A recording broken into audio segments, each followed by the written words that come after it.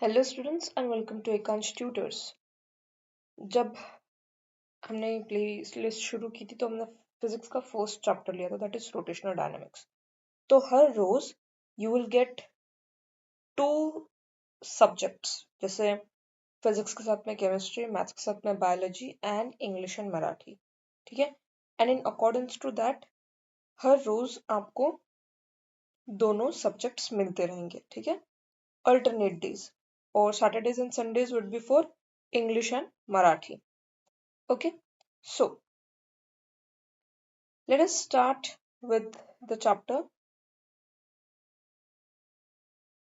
Solid States. ये जो chapter है ये क्लास 12th का केमिस्ट्री का Maharashtra state board basically first chapter है। ओके, अब जब हम स्टेट्स की बात करते हैं तो हम सबको बताओ how many types of states are there.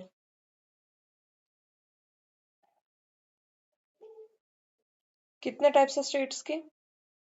सबसे पहले हमारे पास में सॉलिड, फिर है लिक्विड एंड देन गैसेस। तो ये तीन स्टेट्स आई गेस सभी स्टूडेंट्स को पता होंगे, राइट? अब अगर हम बात करते हैं इंट्रोडक्शन की, ठीक है, तो as studies earlier, the solid state of matter is characterized by strong interparticle forces of attraction. तो जब हम बात करते हैं सॉलिड स्टेट की तो इसमें क्या होते हैं? इंटरपार्टिकुलर फोर्स ऑफ अट्रैक्शन बहुत ज्यादा स्ट्रांग होते हैं। क्यों होते हैं? बिकॉज अगर लेट्स से ये हमारा सॉलिड है तो ये जो पार्टिकल्स है वो एक दूसरे में कॉम्पैक्टली अरेंज्ड होते हैं, राइट? सिमिलरली अगर हम बात करें लिक्विड की तो जो पार्टिकल्स है वो थोड़े बहुत इतने ज्यादा एक दूसरे से अटैच्ड नहीं होते, थोड़ा बहुत उनमें गैप होता है, राइट? और अगर हम बात करें गैसियस की तो वी ऑल नो कि गैसियस में जो पार्टिकल्स वो बहुत ज्यादा डिस्टेंस में होते हैं and they do move randomly. ठीक है, तो इसीलिए हम बोलते हैं कि जब भी हम सॉलिड की बात कर रहे हैं इसलिए हम हमेशा ये बोलते हैं कि जो सॉलिड है उसमें क्या होता है? स्ट्रॉन्ग इंटरपार्टिकुलर फोर्स ऑफ अट्रैक्शंस दिखाई देते हैं। ठीक है, तो इसका रिजल्ट क्या होता है कि मोस्टली जो सारे सॉलिड्स होते हैं उनमें डेफिनाइट शेप होता है, डेफिनाइट वॉल्यूम होता है, राइट? अब let us start with the introduction to this chapter.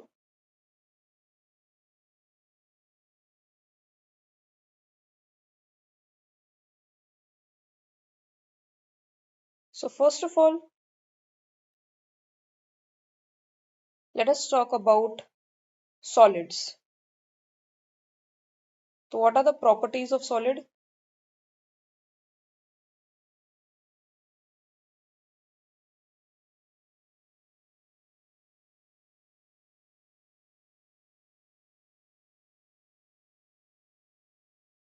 Okay, तो प्रॉपर्टीज ऑफ सॉलिड में सबसे पहले क्या आएगा? Definite shape.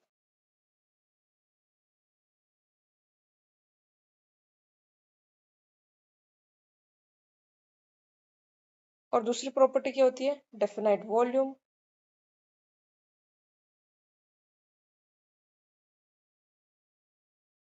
इसके अलावा strong इंटरपार्टिकल force,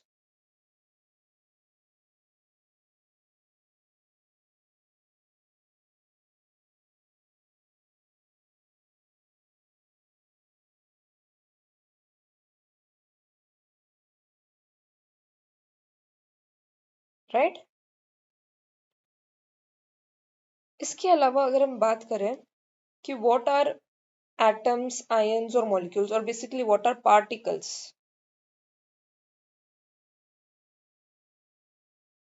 So we can define particles as, हम इसे कैसे define कर सकते हैं?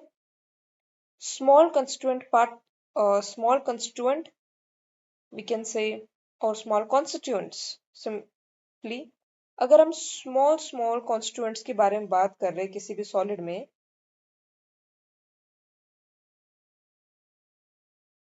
तो उन्हें हम क्या कहेंगे? उन्हें हम particle कहेंगे।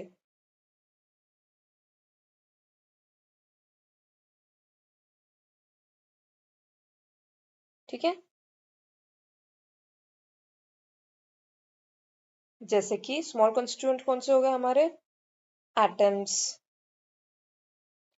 आयंस और मॉलिक्यूल्स।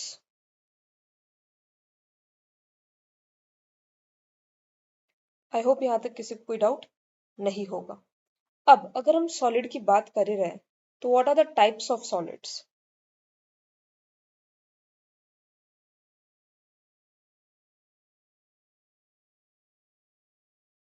सॉलिड्स बेसिकली दो टाइप के होते हैं। सबसे पहला वाला टाइप होता है क्रिस्टलाइन सॉलिड।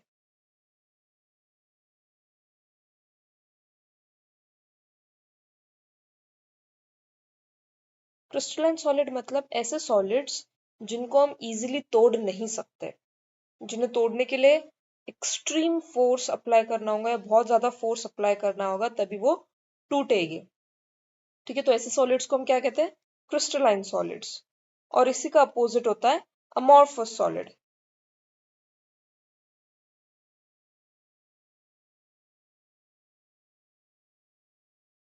इसका मतलब क्या हुआ, अमॉर्फस सॉलिड्स मतलब ऐसे सॉलिड्स जो जल्दी से ब्रेक हो जाए, जल्दी से टूट जाए, ऐसे सॉलिड्स को हम क्या कहते हैं, अमॉर्फस सॉलिड्स कहते हैं।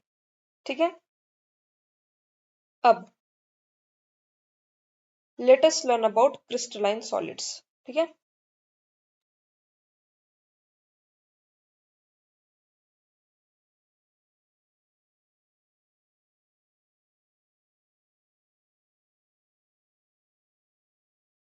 तो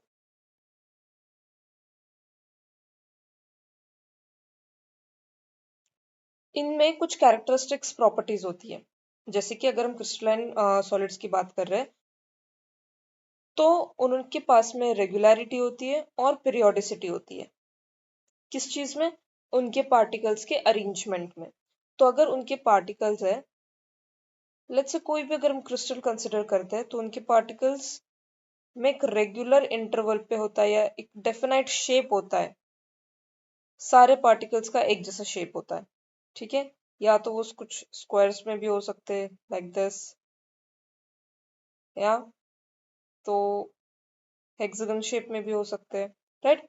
तो कोई भी डेफिनाइट शेप हो सकता है उनका, लेकिन वही शेप थ्रू आउट द जो सॉलिड होता है उसमें होता है। ठीक है, और रेगुलर इंटरवल्स होते हैं उनके, स्पेस रेगुलर होती है, उनमें कोई भी डिफरेंट चीजें नहीं दिखती। ठीक है, सो फर्स्ट कैरेक्टरिस्टिक इसकी हो गई that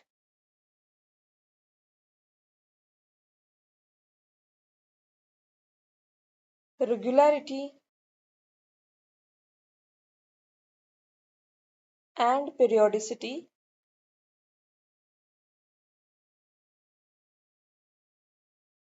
in the arrangements of constituent particles.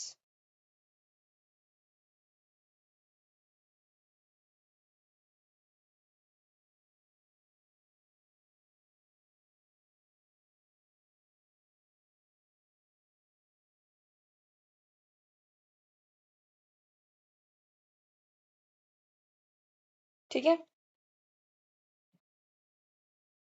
इसके बाद में सेकेंड कैरेक्टरिस्टिक्स होती है सॉलिड्स की। Crystalline solids have sharp melting points, that is they melt at a definite temperature. तो जो क्रिस्टलाइन सॉलिड्स होता है उनका मेल्टिंग पॉइंट थोड़ा हाई होता है as compared to amorphous solids. अब ऐसा क्यों होता है, बिकॉज इनके एलिमेंट्स और इनके पार्टिकल्स इतने ज्यादा क्लोजली पैक्ड होते हैं कि इन्हें मेल्ट करने के लिए हमें थोड़ा सा एक्स्ट्रा टेम्परेचर लगाना होता है ना। तो इसीलिए जितने भी क्रिस्टलाइन सॉलिड्स हैं उनमें हमें क्या मिलता है, एक शार्प मेल्टिंग पॉइंट मिलता है।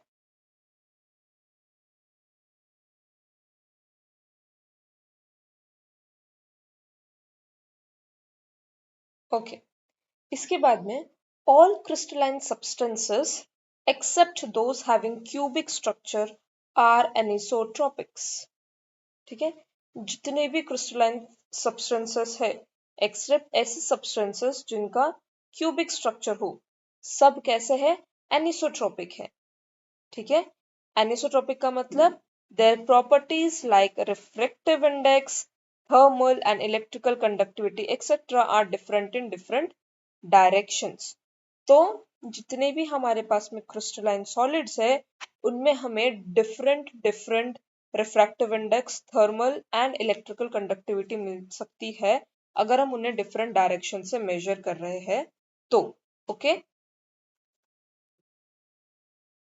तो इसका मतलब क्या हुआ कि apart from cubic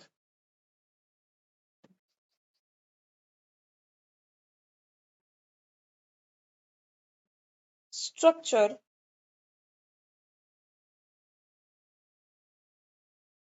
all crystalline solids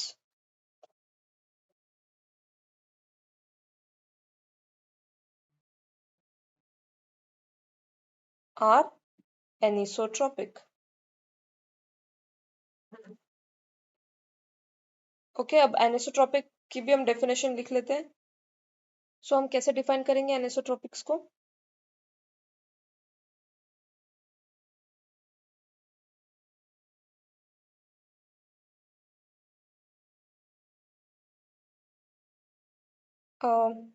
Anisotropic basically have physical property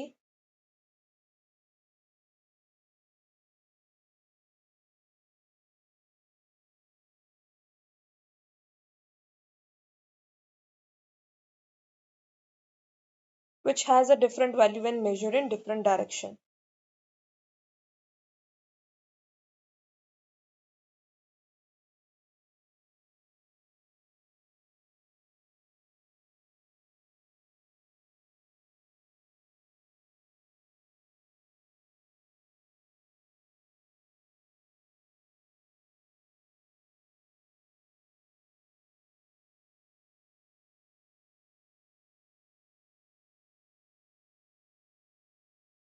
I hope यहाँ तक किसी को कोई प्रॉब्लम ना हो, ठीक है। तो ये है डेफिनेशन एनिसोट्रॉपिक की। जैसे कि हम देख सकते हैं ice, salt such as NaCl, melts such as sodium, gold, copper, and materials such as diamond, graphite, ceramics are examples of crystalline solid. ठीक है। तो जो आइस है, सॉल्ट है जैसे कि NaCl, जिसके अंदर मेटल्स हो गए जैसे कि सोडियम, गोल्ड, कॉपर, और कुछ मटेरियल्स जैसे कि डायमंड, ग्रेफाइट, सिरेमिक्स, ये सब किसके एग्जाम्पल है? क्रिस्टलाइन सॉलिड के एग्जाम्पल्स।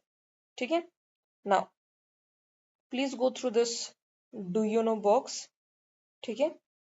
ये एक्चुअली आपके लिए है as student, so just read it, एक बार इसे पढ़ लो ताकि जो भी इसमें लिखा है वो आपको पता चले। ठीक है। अब हमने क्रिस्टलाइन सॉलिड्स के बारे में पढ़ लिया, अब हम पढ़ेंगे एमॉर्फस सॉलिड्स के बारे में।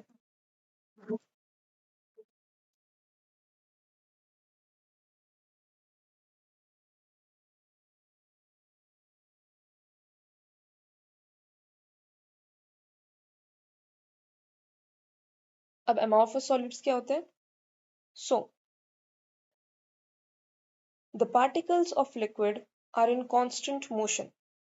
The stop action photograph of a liquid describes the amorphous state. In fact, they are supercooled liquids. Amorphous solids have the following characters. तो अगर हम किसी लिक्विड को एक मोशन में रखें और एक जगह पर उसको पॉज करके अगर हम उसका फोटोग्राफ ले, तो जो हमें फोटोग्राफ मिलेगा वो कौन सी स्टेट का होगा? वो एक एमॉर्फस स्टेट का होगा। इनफैक्ट जो सुपर कूल्ड लिक्विड्स होते हैं वो भी हम एमॉर्फस सॉलिड्स में कंसिडर करते हैं। ठीक है।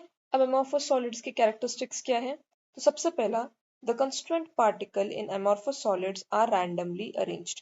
जैसे कि हमने क्रिस्टलाइन में देखा, जो सारे पार्टिकल्स थे वो एक पीरियोडिक और रेगुलर अरेंजमेंट में थे। लेकिन जैसे ही हम एमॉर्फस सॉलिड्स के बारे में पढ़ रहे हैं तो एक रैंडमली अरेंजमेंट में अरेंज। ठीक है। सो सबसे पहला हुआ the particles are randomly arranged.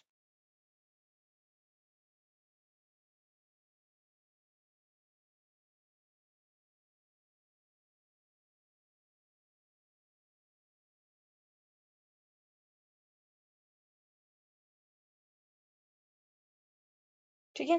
The particles do not have long range order structure but they do have a short range order. तो जैसे कि हमने पढ़ा कि क्रिस्टलाइन सॉलिड्स में लॉन्ग रेंज ऑर्डर हमें देखने मिलती है, लेकिन जब हम अमोर्फस सॉलिड्स की बात कर रहे हैं तो वो एक शॉर्ट रेंज ऑर्डर है। इसके बाद में amorphous solids do not have sharp melting points. They melt gradually over a temperature interval. On heating, amorphous solids gradually and continuously softens and start to flow. जैसे क्रिस्टलाइन सॉलिड्स जो होते हैं वो एक पर्टिकुलर टेम्परेचर पे ही melt होते हैं, ठीक है। लेकिन जो अमोर्फस सॉलिड्स होते हैं वो धीरे धीरे मेल्ट होते हैं, वो एक पर्टिकुलर टेम्परेचर पे मेल्ट नहीं होते हैं। तो second points, they do not melt eight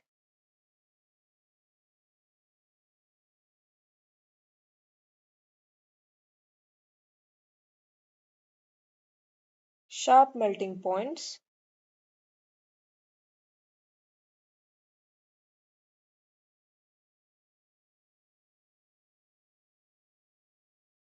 Instead,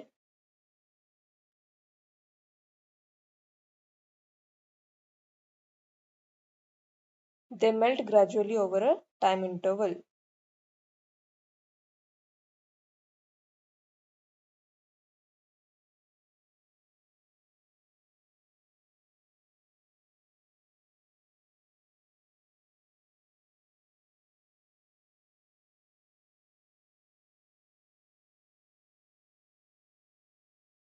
ठीक है। अब lastly, these solids are isotropic in nature. ठीक है। जिससे हमने पहले देखा कि जो क्रिस्टलाइन सॉलिड्स थे वो एनिसोट्रॉपिक थे, लेकिन अब जो हमारे अमोर्फस सॉलिड्स है वो आइसोट्रॉपिक है नेचर में। आइसोट्रॉपिक का मतलब इनकी जो प्रॉपर्टीज है जैसे कि रिफ्रैक्टिव इंडेक्स, कंडक्टिविटी, ये सारी independent of direction of measurement है। मतलब आप कोई भी डायरेक्शन से अगर मेजर करोगे तो आपको उनकी रिफ्रैक्टिव इंडेक्स, कंडक्टिविटी की वैल्यूज सेम ही मिलेगी। ठीक है। तो थर्ड पॉइंट है, they are isotropic.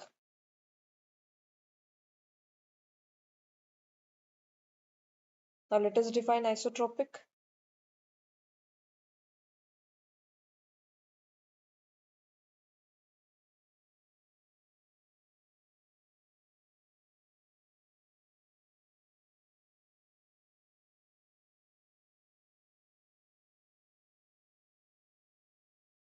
They have physical properties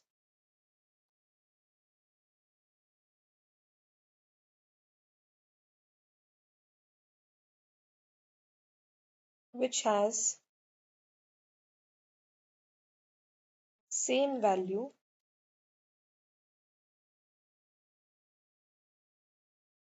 when measured in different direction.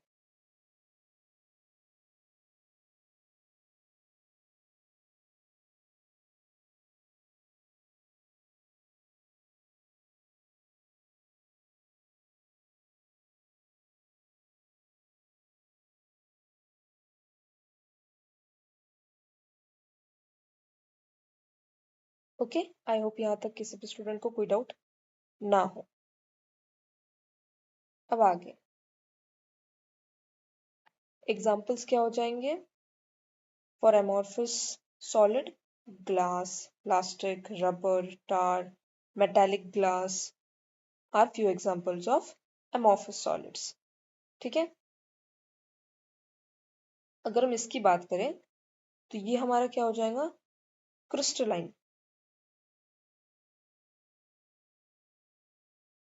ठीक है। क्रिस्टलाइन क्यों? क्योंकि जितने भी एलिमेंट्स हैं वो एक स्पेसिफिक इंटरवल के बाद में प्लेस्ड है, राइट। एक हमें डेफिनाइट शेप मिल रहा है यहाँ से, और ये क्या हो जाएगा हमारा एमोर्फस, क्योंकि ये रैंडमली अरेंज्ड है। ठीक है। इसके बाद में we have to learn about isomorphism and polymorphism. ठीक है। So let us learn about isomorphism.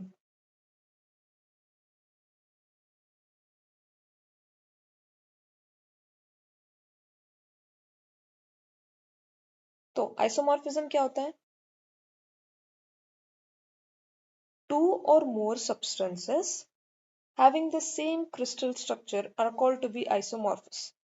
जब दो या दो से ज्यादा सब्सटेंसेस का सेम क्रिस्टल स्ट्रक्चर हो, क्रिस्टल स्ट्रक्चर मतलब ऐसा वाला स्ट्रक्चर, इसे हम क्रिस्टल स्ट्रक्चर कहते हैं।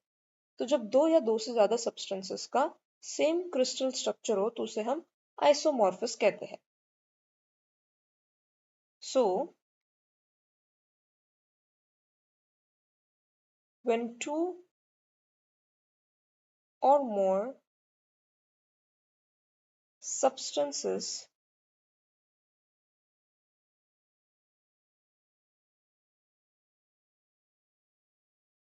having the same crystal structures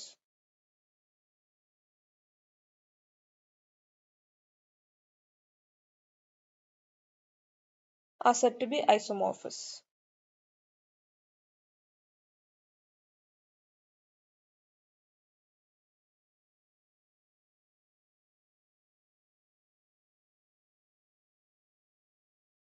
ठीक है, इन्हें हम क्या कहते हैं? आइसोमॉर्फस कहते हैं। और in this substances the chemical composition has the same atomic ratio. तो जितने भी केमिकल कंपोजिशन होंगे ऐसे सब्सटेंसेस में, उनका क्या होता है? सेम एटॉमिक रेशियो होता है।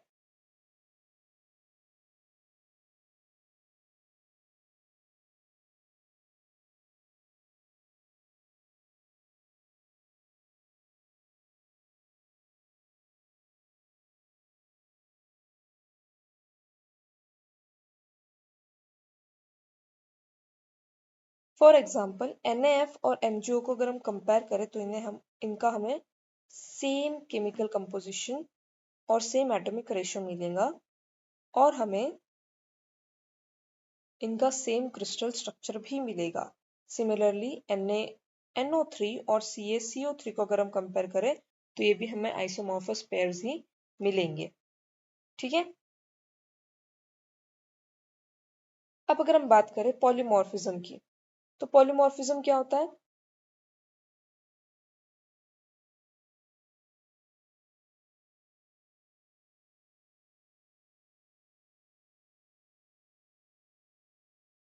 So let us define polymorphism.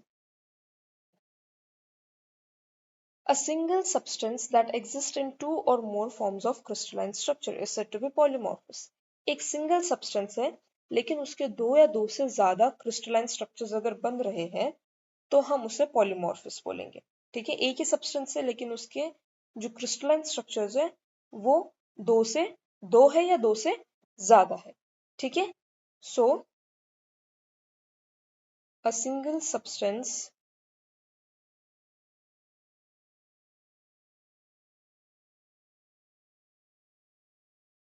that exists in two or more than two forms or crystalline structures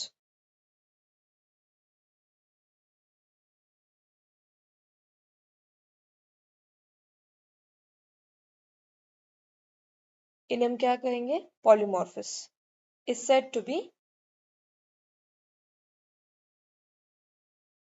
पॉलीमॉर्फस।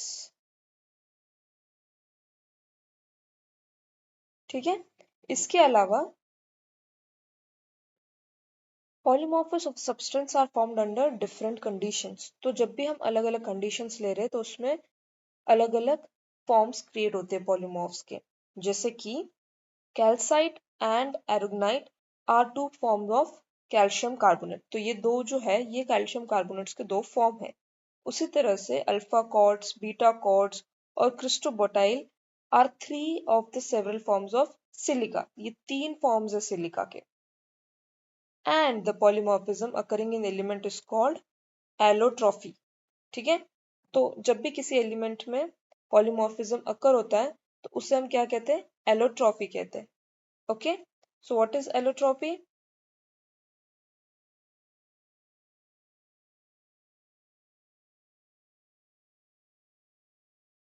It is defined as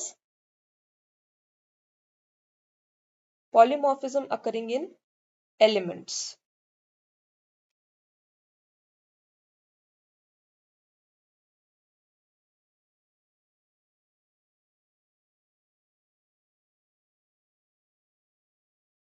Okay. For example, the three polymorphic or allotropic forms of carbon are, diamond, graphite and fullerenes. Okay, I hope यहाँ तक आपको सब कुछ समझ में आ गया होगा. So this is it for today, and tomorrow और the day after tomorrow we will again continue for chemistry. I hope it is clear. अगर आपको कोई भी डाउट हो तो please ask in the comment. Do like the video, subscribe the channel and share. Thank you everyone.